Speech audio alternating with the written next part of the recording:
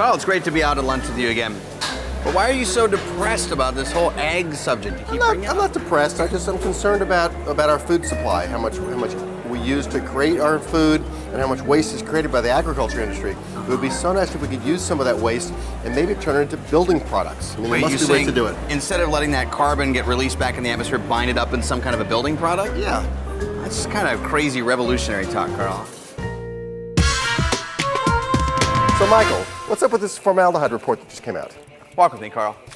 The U.S. Department of Health and Human Services has finally listed formaldehyde as a carcinogen. Well, this basically supports what the EPA and the World Health Organization has been saying for years, which is that these are carcinogens. They do not belong in our building products. That means we got to get them out of our panel products like our plywoods and our MDFs as soon as possible, because while people who are old like you and need lots of preservatives, the rest of us don't, and we got to get them out of our building products. So we have to find a substitute.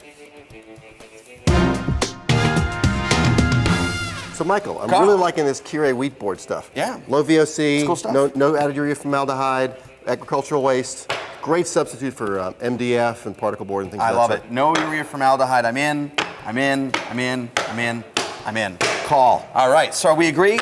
No added urea formaldehyde, non-toxic. Good product. What about the really cool stuff? And bamboo gets a tough rep, but I kind of still dig it, especially this cool stripy stuff. You know, it's good. It's just a little weird. You know, it's like normal people are just not going to like it. All right, okay. So what about the sorghum? Because we both like the sorghum. We agreed. You want to eat this stuff. You think it's high in fiber. Also good and tasty, but it's a little weird. I believe you just did that. You know, people are going to want more normal, you know, old person stuff. Old person stuff. You know, right. Birch, oak, cherry. Old person stuff. Old person stuff. Good. I'm glad we agree on that. I'll take the not old person stuff. Now's the time where we take this outside of the attributes category and we look at this in the context of the green building program. So there are 6 categories that I'm going to use to evaluate this product. Energy efficiency is the first. I don't really think it's applicable. Resource efficiency, I think it scores really high. It's excellent in that category. Factory is located next to the field, and it's fairly low embodied energy. Indoor environmental quality. This is a non-toxic product like we've talked about. Great, so I'm going to give it an excellent in that category as well. Water conservation, we don't know enough probably in this category, so I'm going to go for good based on what I've seen about the company. When we get to site impact, again, not applicable. And I think that in the community impact category, which is the most important category in green building, that they score pretty well. This company does a very good job of paying its employees above average wages and really trying to do the right thing by getting a good sustainable product in the market. What about you? In terms of my categories, which are also 6 categories, slightly different and I believe more correct. Energy efficiency is not applicable. Resource efficiency is very good. Indoor environmental quality, also very good. They use non-toxic products. Again, I agree with you, water we don't know about. Durability is a really important one, which you tend to minimize. I'm a little concerned about this because we don't know how well it's going to hold up. Is it too soft? Is it going to require finishing? And then we get to when we combine correctly site and community impact, I think it's good. Really? You want to put durability in its own category? Absolutely. Durability is its own category. It's not its own category. Michael, you're way too young.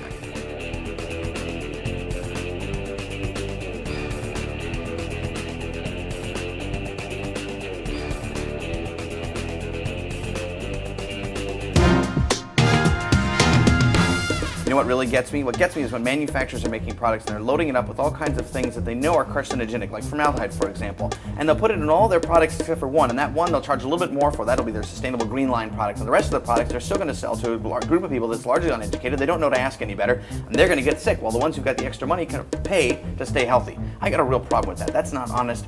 However, companies like these guys, like Kirei, across the board, they're keeping the formaldehyde out of their product, and I like that. I'm kind of worried about using food for our building materials. It's going to be durable. Is it going to hold up? But then again, if we run out of food, we can eat it. I wonder if it's high in fiber. So Michael, we got a very important product category in green building, composite panels that are used in things like cabinets, wall paneling and such. And I think Kirei's come up with a good line of products that are excellent substitutes for what's traditionally on the market. And it's a good company to boot. These guys are doing everything they can for their employees. They're managing their resources well, putting the factories near the material, and really trying to move a sustainable product into the market. Now, Carl, it seems like we pretty much agree. We like the product, we like the company.